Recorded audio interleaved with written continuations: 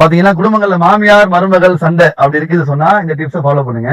ரொம்ப பிரயோஜனமா இருக்கும். குடும்பங்கள்ல ஒற்றுமையா வாழலாம். பாத்தீங்கன்னா நீங்க வெளியே மனைவியை பிள்ளைங்க எல்லாம் அடிக்கடி கூட்டு போவீங்க.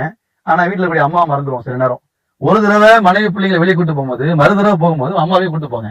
ஏன்னா வெளியே போகும்போது சமைக்கிற வேலை அந்த மாதிரி வீட்டுல கூடிய அந்த தண்ணி எல்லாமே நம்ம வெளியே வாங்குறதுனால என்ன ஆகும்னா அந்த தண்ணியில ஒரு வெண்ணி போட சொல்றாங்க மாமியார் அப்படின்னா கொஞ்சம் சூடா போட்டாலும் கோவப்படுவாங்க, கொஞ்சம் ஆறி இருந்தாலும் கோவப்படுவாங்க. அந்த கான்ட்ரவர்சி இருக்கும். அது நீங்க வெளியே போகும்போது வெளியே வாங்கி கொடுக்கறதுனால அந்த பிரச்சனை எல்லாம் வராது. அதே போல வெளியே ஹோட்டல்ல வாங்கி கொடுப்பீங்க. அந்த ஒரு நாள் ஒரு சமையல் எதுவுமே இல்லாததுனால அவங்க ஒரு தாய் மகள் மாதிரி பழக ஆரம்பிச்சிருவாங்க. அந்த அந்யோன்யமான பழக்கம் அடிக்கடி இருக்கும்போது என்ன ஆகும்னா அதே பழக்கம் வீடுகள்லயும் வரும். ஒரு நிறைஞ்ச சந்தோஷமான குடும்பமாக அந்த வீடு மாறும். ஆனா தயவு செய்து உங்க வீட்டுல நீங்க மனைவி வெளியே கூட்டு போகும்போது வீட்டுல கூடிய தாய் தாங்க தயவு செய்து கூட்டு போங்க. அது எவ்வளவு தூரமா இருந்தாலும் சரி, வசதிக்கு ஏற்ற மாதிரி கூட்டு போங்க. என்ன நாடா இருந்தாலும் சரி, நிச்சயமா சந்தோஷமான விஷயத்தை பார்க்கலாம். நம்ம ப்ராடக்ட் மிஸ்டர் எக்ஸ்ட்ரா நீங்க வாங்கி சாப்பிடுறது மூலியமாக நீண்ட தாம்பத்தியத்தை ஆண்கள் பெண்கள் அடைஞ்சு கொள்ள முடியும். அதே போல குழந்தைகள் பிரச்சனை தீர்வாக இருக்கும். ஆரோக்கியமான வாழ்க்கை கிடைக்கும். கமெண்ட் பண்ணுங்க, ஷேர் பண்ணுங்க. நன்றி.